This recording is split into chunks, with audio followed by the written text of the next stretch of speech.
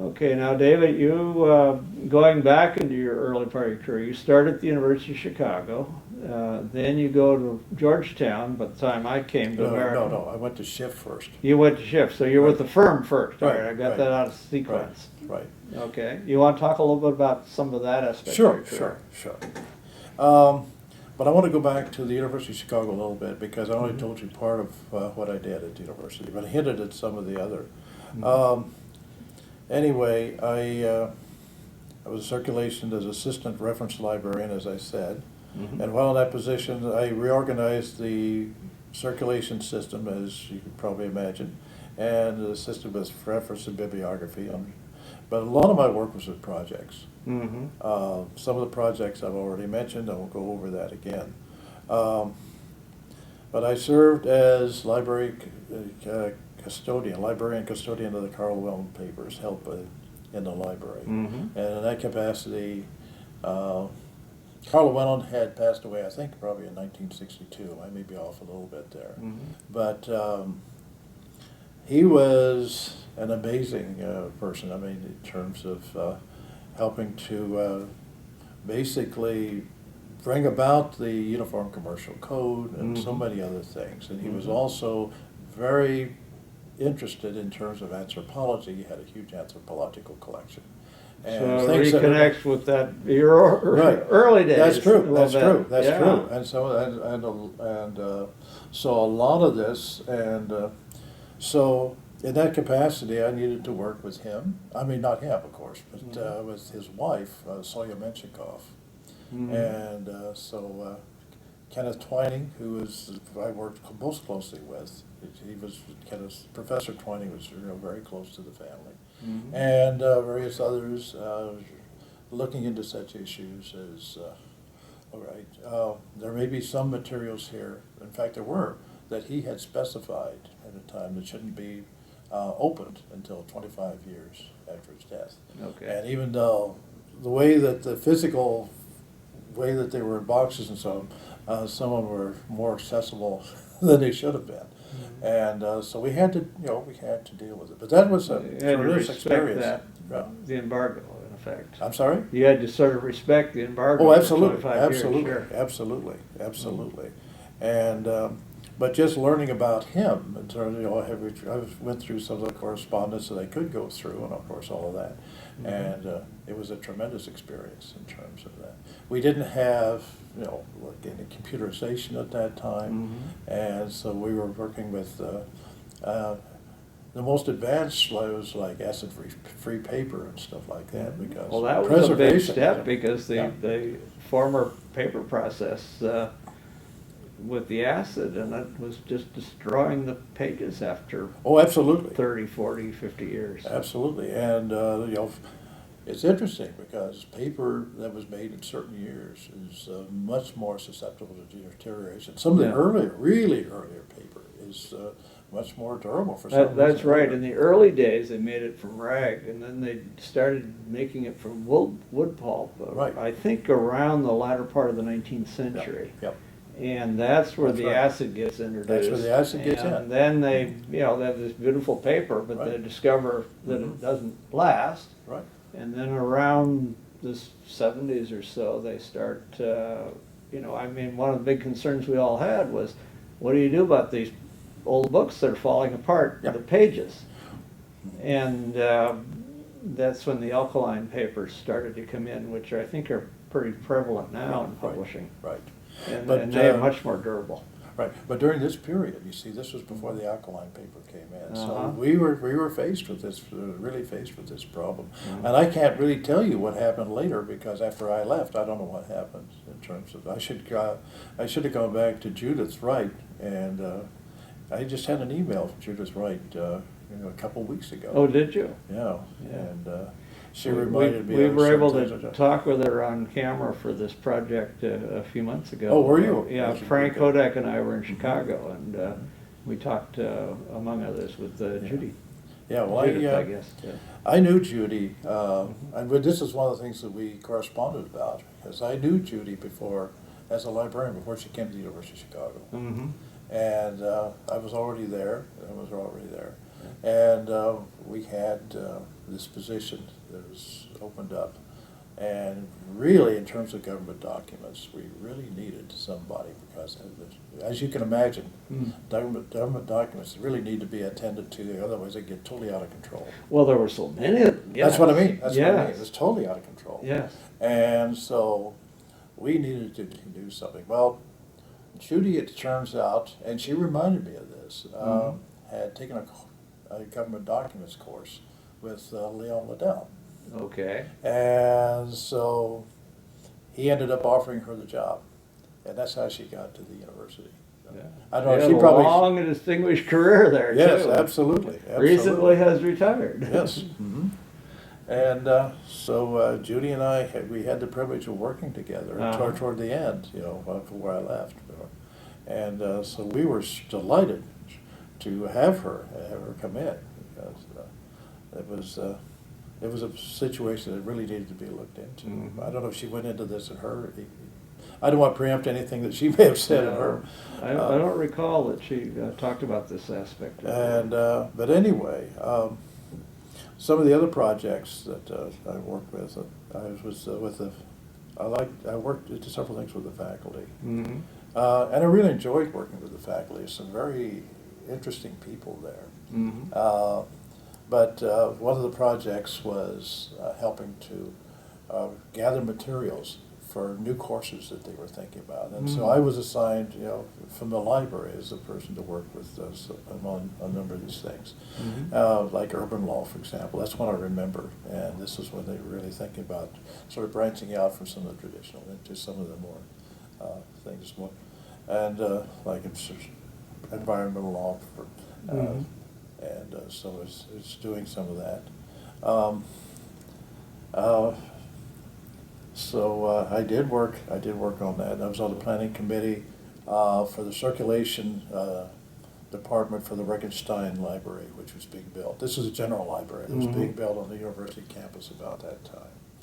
And so basically, that is, I could tell you some stories. I mean, my goodness, but one time, I will just really quickly here. Tell us one we can keep in. I don't have to edit out to protect everybody. I'll try. Because I imagine you can tell a few of the other guys. But Pat, one thing I'm really glad about is the fact that you told me beforehand that you could edit out certain things. So at least I have. Everything is easy. I have this comfort zone. Yeah. Here.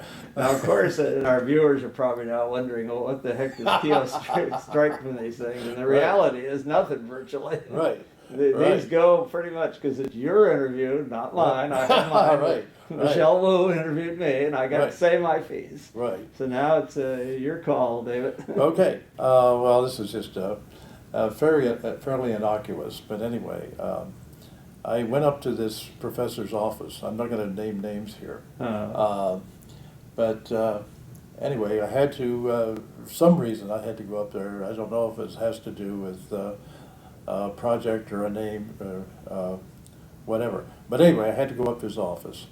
So I noticed that on the walls, all the four walls, there's just these little pieces of paper, and all over, little tiny, and very neatly attached to the wall, almost like a collage, almost like he was working in the middle of a collage or something. And so then it suddenly dawned on me that every one of these was a variation of the spelling of his name. Oh. Yeah. So, but then there was other professors. One other professor, remember, who was very. He was very exacting, that sort of thing. But he could also be very kind. I mean, you would really work for him, try to get the reference question, try to get it exactly what he wanted. And you might think that he didn't appreciate too much what you. But then you'd go back. I would often go back to my desk, and there'd be a tiny note in his distinctive handwriting saying "Thank you," this sort of thing. It was very touching. It makes quite a difference. And makes as you say, many difference. times it's an overlooked courtesy. Right, exactly. Yeah. So it was a great experience at the University of Chicago, and in some ways it's hard for me to leave. But I felt that I needed to go into. Some of the law firm librarians, Bill Murphy and some others, had been telling me, look, there's other aspects of librarianship out there. Come over to like our law firm. side, Yep, huh? exactly, Yeah. exactly. And so I thought, well, maybe this will give me an added perspective. Maybe I'm getting too much into the ivory tower thing here. And so part of me didn't want to leave, but then part of me was saying, well, maybe I should do this. So that's when the Schiff Hardin position came up. Okay. And I don't remember exactly when I heard about Schiff Hardin. But anyway, I ended up going for the interview and being appointed as the chief librarian there. I was the first professional librarian that they had. They had a library, and they had some good clerical people working on it. But so my main role there was sort of bringing everything together, and also bringing it together in terms of CALL and the AELL and all of that in terms of interlibrary cooperation. I did a lot of work on that then. Well, you were sort of coming into what was really then developing, which was more like libraries with professional staffs Right. in right, firms. Right. Because up until then, the library often was some room full of books, and that Yeah, was about it. Well, it was more than that. It was. Yeah, but in your case, it must have been more to start with, but you build from there, I think. Yeah, but the other thing is, a lot of law firms at the time had this kind of a problem, and some may still do. Although probably less so because there's less books. Well, that's true, and they can't afford to house them anymore. Right. The kinds of rents. But they're we had a library full of books, Yeah. but then we had hallways also full of books. Mm-hmm. So the chief, Mr. Hardin, the senior partner, came to me and said, "Can't we do something about this? We got these duplicate copies. We got copies in the hallways. We got copies in people's offices. Can't we bring some?" So with his support, we were able to combine some of this, cut some of this as added duplicates out and have a more coordinated way in which if they needed something to come through the library. And that's what I wanted. I wanted to make the library front and center. In other words, see this as really an important part of the So you firm. didn't really need it right across from the door to their office. That's right. When they could contact the people in the library, and there it would come. Mhm. I assume. Right. That's right. Yeah. That's right. That's right. But the important thing is that you to create as efficient as possible delivery systems. Mm-hmm. And that's what I tried to do. Yeah.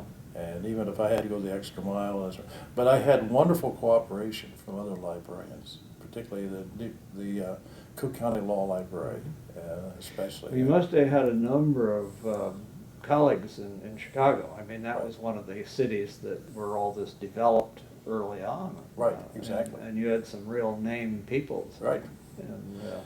And You know, through my work as the president of the Chicago Association and some other things, I was had worked closely with a lot of these people. As maybe will come up a little bit later in somewhere here, I think. Well, I think I got ahead of myself a few minutes ago, and I said you had gone out to Georgetown, but at some point, no, that's okay. Well, you do. I'm getting to Georgetown. All right. I mean, I won't It's forget. your interview. I won't remember? forget. I won't forget Georgetown. You better not, because that's where we met. Oh yeah, You went there. right. Or I would be in deep trouble here. Absolutely. I mean, I don't want. I might censor this whole thing. I was going to say, just that part. Right, black out the whole interview. No, I'm kidding. No, I know you. Besides, you'd shoot me if I did. So anyway, I told you where I live. You see, you know Oh, how yes, to find that's right. me. You That's know right. what's stationed out there. You even know what the oh area's yeah, like. hey, I'll look you up, Pat. Absolutely. There you go.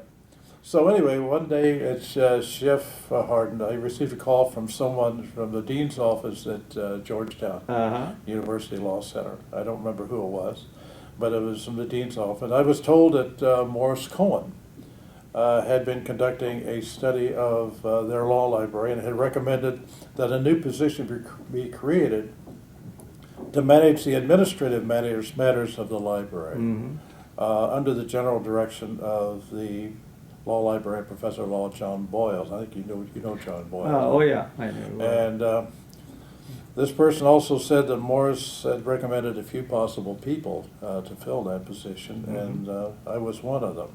I'll preface that by saying that Morris and I first met at the University of Chicago. He was at the University of Pennsylvania at the time, and he came up to visit.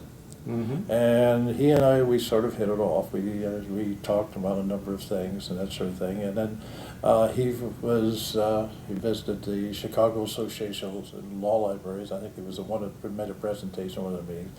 But anyway, we got to know each other a little bit. So that's sort of a background for this. And anyway, he recommended me along with some others, and they'd asked me if I would care to fly to Washington, D.C. for an interview. So thinking, well, this is Morris and all that. You better say yes. I said yes. I said yes. And so after discussing this with my wife, I accepted the invitation and flew to Washington. A few days after a series of interviews, I received a call offering me the position of executive librarian, which I accepted with the stipulation that I would need some time to wind up matters at Schiff, because I didn't want to leave them in the lurch either. Sure. And some of the highlights of my tenure at Georgetown include working with other library staff and the dean's office to negotiate a contract for introducing Lexis.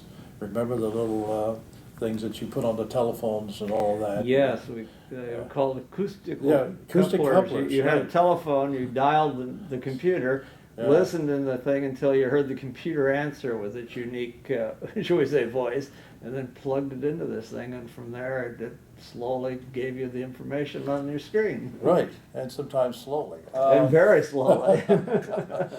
So, the acoustic couplers, we felt that we were really high tech at that time. Well, that was the state of the art. The state of the art, at absolutely. the time. And so another thing about acoustic couplers, so once we brought in Lexis, we ran into another little problem, and that is we had some very ingenious law students, or at least one, who was, I think, he found a way to, using the acoustic coupler somehow, he was able to call Europe. And using it, so we right away in got those days it wasn't 4 cents a minute either. That's right. Call to Europe. That's right. And but that's just a little aside. But anyway, we handled that situation. Well, I think I had some adventures in my career, but I don't remember anything like that. Right. So anyway,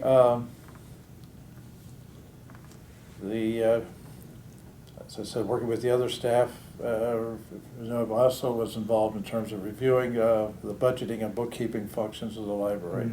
I made some necessary changes there.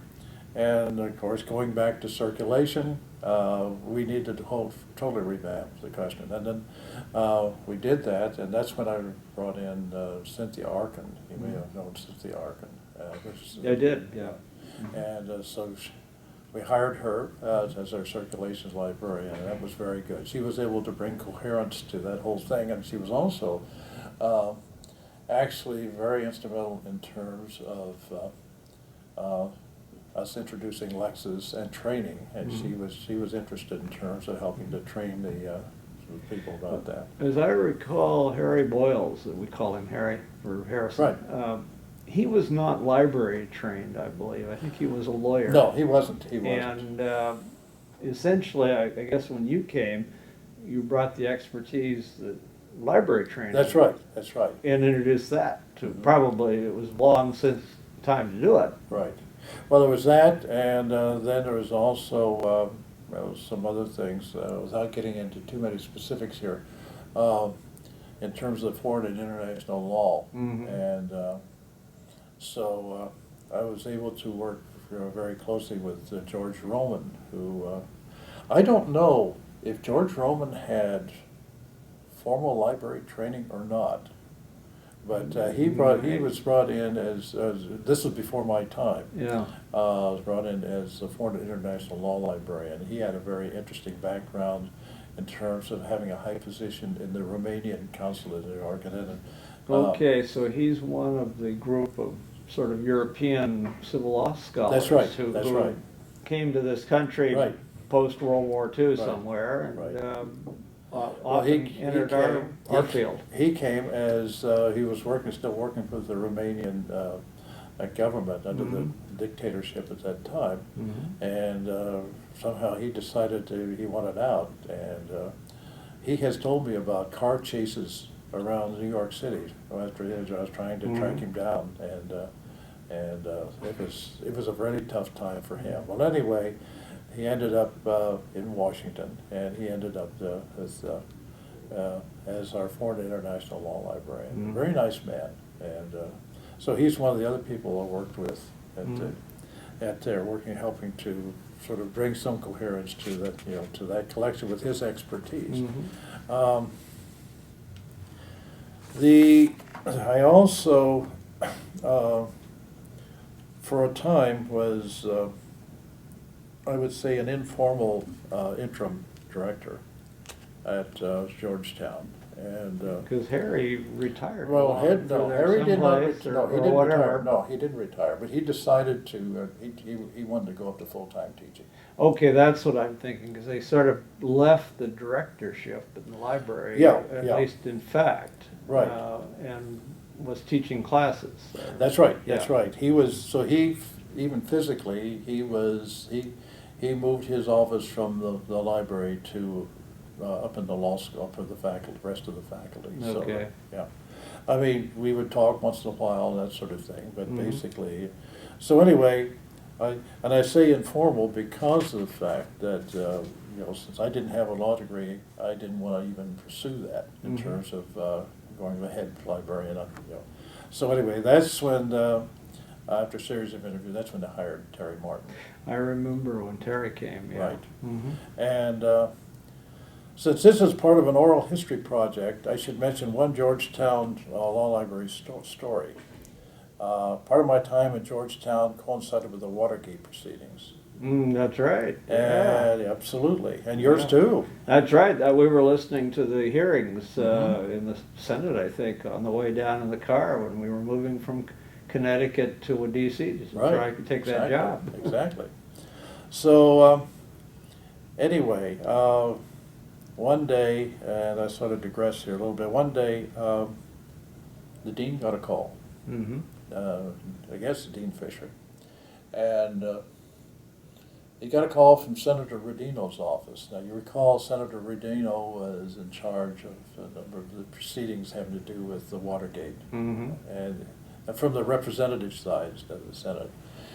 And they told us, they said, we need this document, a certain document. And they said, we have gone to the Library of Congress, and theirs is missing. Oh. And is there any way that you people at Georgetown Law Circuit might be able to help us to get a copy? Because we need this tonight. We're having a certain proceeding tonight, and we need it tonight. So the dean calls me, and so I get the reference staff at Georgetown together. I said, my goodness, what are we going to do about this?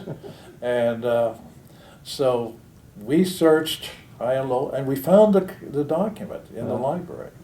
We actually found the document in the library, called the dean back, and so we rushed a copy over to Senator Rodino's, Representative Rodino's office.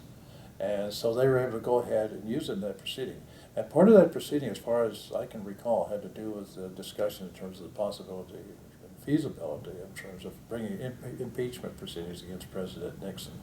So the library has a little bit of history in terms of that. So I thought I would just throw that in. Well, being in Washington, things happen from time to time that you would never have thought would That's happen true. to you. Oh, this story is reminiscent of a story that involved my library and me on 9/11, when the government basically had abandoned its buildings for fear that there might be terrorism problems. Right. And the White House called our dean, and they wanted a place for the attorneys to work that night that would be safe and not too close to the White House or the Capitol building, Right. For good reason. And they also asked about a particular government document having to do with the My War goodness, that was the Powers same Act. type of thing. It was the same type of thing, only we could accommodate them and did, but we could not produce that document. We weren't even supposed to know it existed. It turned out it was classified. They were supposed to tell us that it That's an existed. interesting twist. I guess they got it somehow, Oh, yeah. but Margaret Milam, one of my associate directors, right. who was very skilled at this, hunted all over for that document, and she couldn't turn it up, and we were Right. very frustrated. But Right. that's why. So I guess we were lucky. Well, there are stories of Washington D.C. that you will run into probably no place else. Right. That's really. And these are that's two of really them. true. And these were two of them. Uh-huh. And there are times when I've had people who were involved in some way in terms of the Watergate thing, call up or maybe call up the dean and call being referred to me. Others, that sort of thing. But that's one that I remember vividly. So I wanted to relate that also, sort of from a historical perspective. It's an interesting story, and as you say, it more than interesting.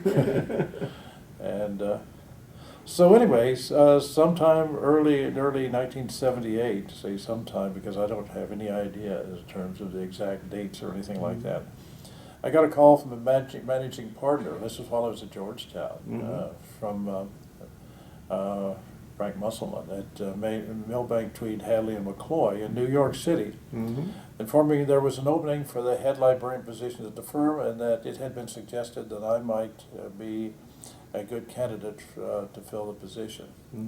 And actually was one of the people who had been on the Automation and Scientific Development Committee years earlier, a lawyer. At that time we had some lawyers who were not librarians who were on the committee.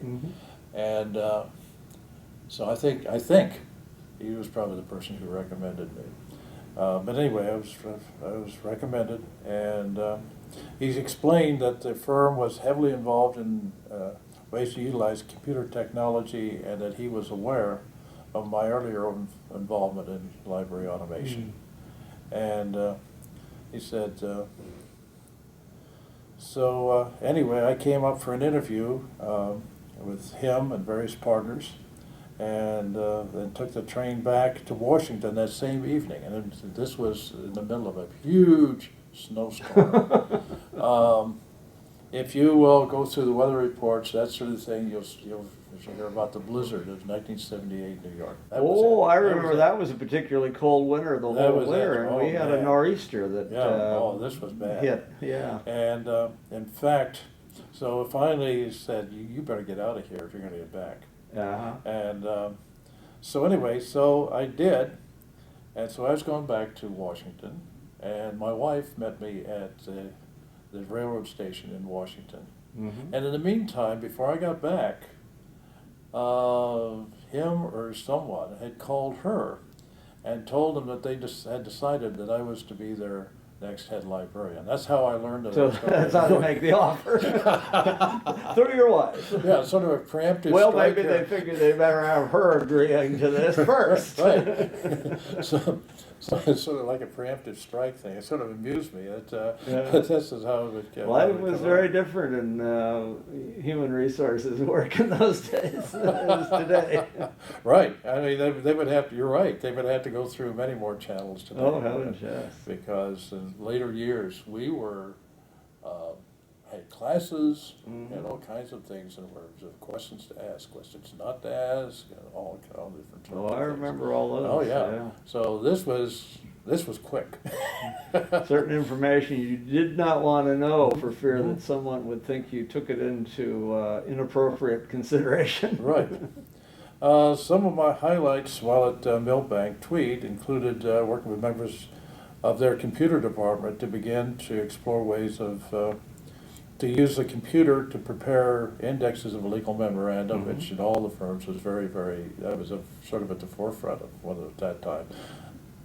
And maybe not just legal memoranda strictly, but their work product, which is a little bit broader than that. So we were concerned about the whole work product of the firm, and being able to computerize it. And I guess I can say now, couldn't really then, but Milbank had their own mainframe right on the premises. They were really at the. They must have been cutting edge. They were cutting edge. Yeah. They were, And then we dealt with people from IBM, and those people all the time. So in a sense, it was almost like coming back home in a sense of figuring out all these Earlier work. And at one time, another little story, we had a delegation of publishers from Germany come to visit. And so we ushered them into a conference room, and I was given the responsibility, since they were publishers, of being sort of the host for these people while they were visiting there at the firm. So we had this huge conference room. But before going to the conference room, we went through the computer area where you had all these printers, all this, and just paper, computer paper, all over the place. So we go in and we sat down and just start talking and said, "Are there any questions?" This guy pipes up. And he says, "What is all this paper? We heard you were a paperless law firm." Well, to a point. To a point. That's what I told him. Just in case. There are exceptions. So anyway, then I brought in, we worked with cataloging procedures there. And one of the things that we wanted to do, or started to think about, was how to put the computer, how to computerize the collection. But then, so we held back a little bit because of the fact that we were beginning to think about OPACs and that sort of thing at that time.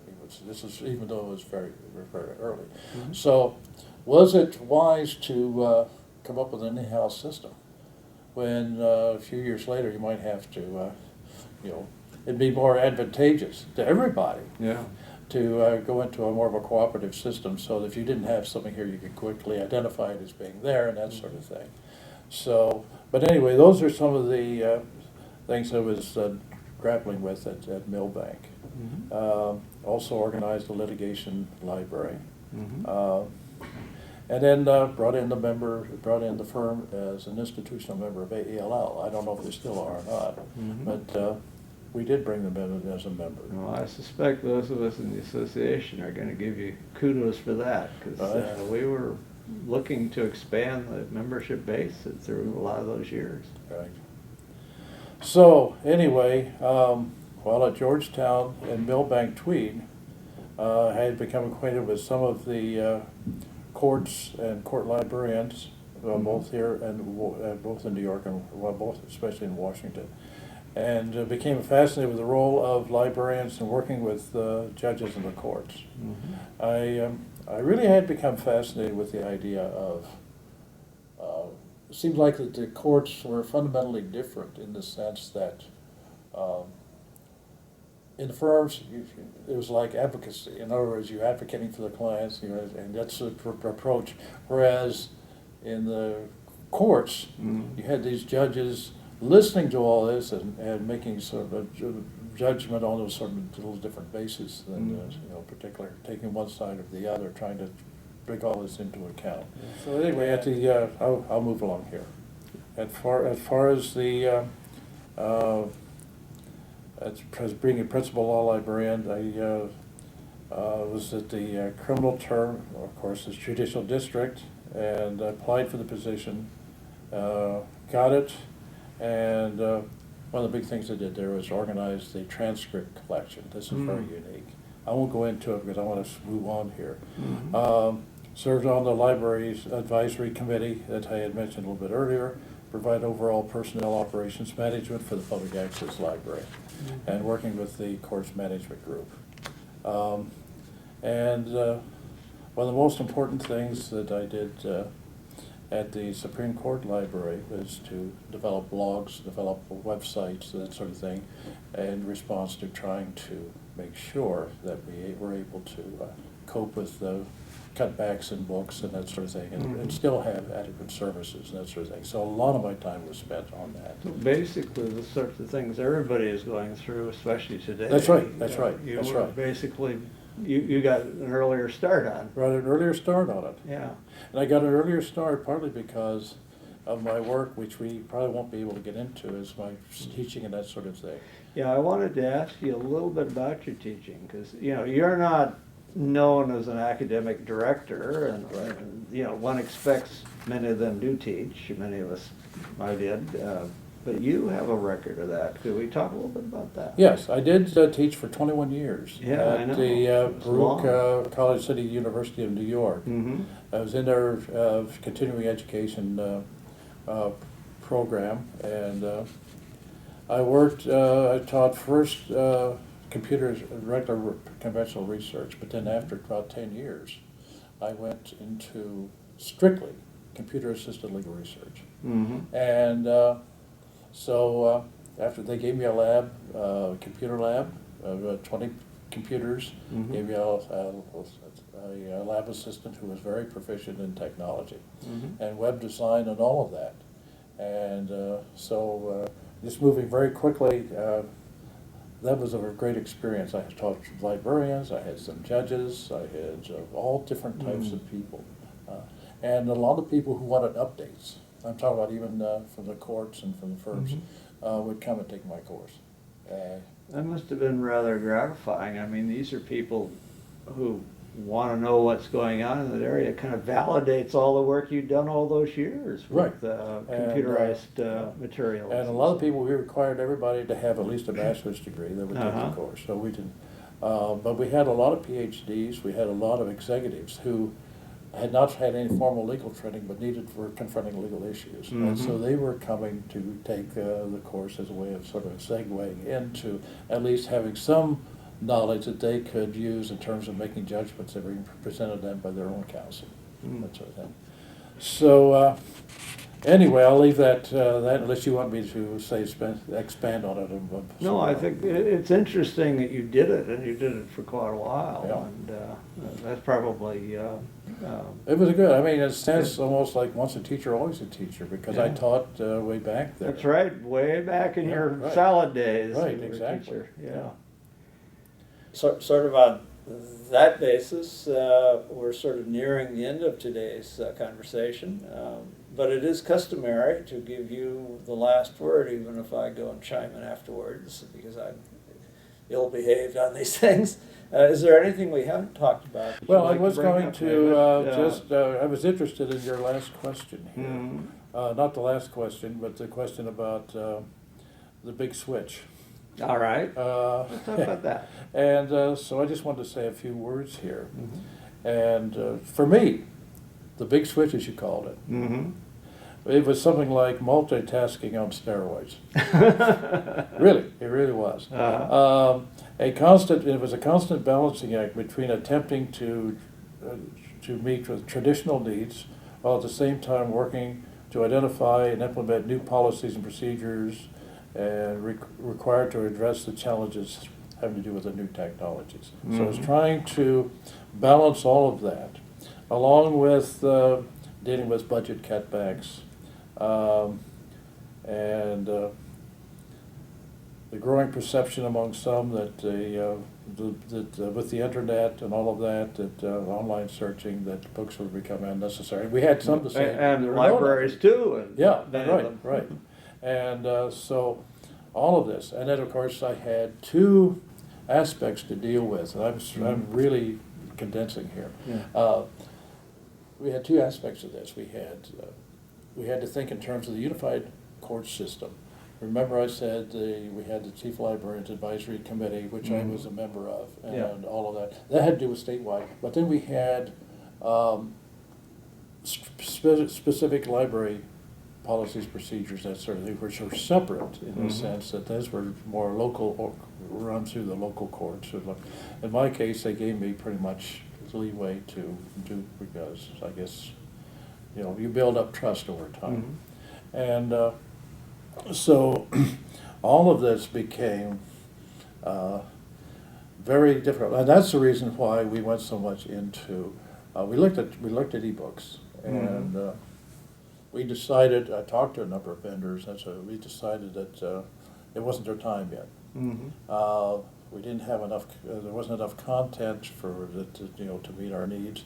But there were other issues that we were concerned about, like how do you deal with the ebook in terms of interlibrary loan, and resource sharing and that sort of thing. And we wanted to share both in terms of possibly with other, even non-court libraries, but even other libraries within the courts. Mm-hmm. And so in our own particular situation, I guess I could say this, I decided, everybody went along with it, to really move aggressively in terms of going for blogs and various other websites. Mm-hmm. We have a number of them that were out there. Some of them are not public because there's certain information that you can, there's certain information that's, you just don't want to go out. It's more internal. Sort of proprietary. They're sort of proprietary. Yeah, and that's part of it too. That's part of the copyright, because copyright is a big part of this. And then there's some that you could just put out on the web, and that's fine. And they're judges. And part of this came about too because I was sending emails to particular judges in terms of this is happening, that's happening. And they say, hey, you're flooding us with emails. One of the advantages that I had was that I had access to the judges' elevator. Mm-hmm. And so the judges, and I would meet these judges in the elevator. I might not see them anywhere else, but they would communicate with me on the elevator. And so you learn a lot of things. And I saw that we needed to do something more. So we developed these websites so they could do it at their leisure, at their time, and their location, rather than be forcing them on in terms of on their emails and overloading their emails, which are probably already overloaded too much anyway. Well, if the advertisers get a hold of those email addresses, they certainly will be. Yeah, that's it. And so one of the proudest things that I did, and it's still out there, is basically, I guess I own it, is the Criminal Law Library blog, because I did that through blog lines. They went out of business in terms of that, and just actually wiped out a lot of stuff I had on it. So Justia came to my rescue. And so we have Criminal Law Library blog out there, and there's a lot of things on that are very useful. And I try to conceive of it as not just as an ordinary blog, but as a resource. So you have searchability, but then you have a way of going into the Ask a Librarian service. Because I worked with OCLC and some engineers at the Library of Congress, and together we came up with an algorithm so that you could search, put in a search term, and anything that was in the public part of Ask a Librarian, the answers and reference questions from throughout the world would come up. So you can access that from our blog. Oh, that's. And a lot of people don't even know. That's sort of unique, I think. That sounds rather useful for people. Right. If they only would know about it. Yeah, I mean, this is exactly. what we as librarians are all about now. That's right. And that's helping people to find out about these And things. that's the reason I mentioned that. Yeah. Not trying to brag or anything, but I'm just trying to mention about that. So I leave it to you as to whether there's anything else that you would like to include in this. Well, I think we've covered a fair amount of territory today. You've had a very fascinating career, David. I mean, I sort of knew that before I approached you about having a chat today, but I didn't have any of the real depth, and this has been interesting. I knew you had worked on what ultimately developed into Lexis and some of that, but now I know a lot more about the real The story. secret's out. Yeah, and you know, we were just sort of, as that all started to come in, we were just mesmerized at some of the things you could do with it. And I can understand why in today's trying financial environment, the digital resources have supplanted the books in many situations, because economically the information's all there, it's readily accessible, and you're not paying for all that rent to house physical volumes. True. But I still think, overall, I still remain optimistic in terms of the future of libraries. But I think part of it is in our hands, too. Well, this is libraries today. I mean, they've evolved. Yes, And that's important. Too. That's important, and that's one of the things I was getting at in my article back in 1972, in terms of the dynamics of change, in terms of the real importance of flexibility, and just as flexibility in a building where someone talked to me this morning about a tall building they were in that was weaving back and forth. I said that's for a purpose. If it wasn't weaving, it would probably break. That's right. And The wind hits so it, we and have it moves the analogy sort of holds, and you know, in a lot of these ways. I think in terms, it's still important, as I said in that article, I went back and read it, about the importance in terms of a mixture of formats. Mhm. Because there may be certain times when some of the digital things that we might like to have, it may not be economically feasible for the people who are producing the digital product to do it. Yeah. And so then you're stuck unless you have some other format, whether it be microform or whether it be paper or whatever. So be a little careful about tossing out the bathwater and everything else. And the because, baby both. Yeah, exactly, baby in the bathwater, because. Well, you know, you talk about, you looked at ebooks at one Yes. point, and as you said nicely, it wasn't quite ready for Right, that. right. But you know, there are concerns about some of this digital. D.R. Jones, our colleague at the University of Memphis, Right. recently wrote in the Law Library Journal. In fact, I think it's in the fall 2013 issue.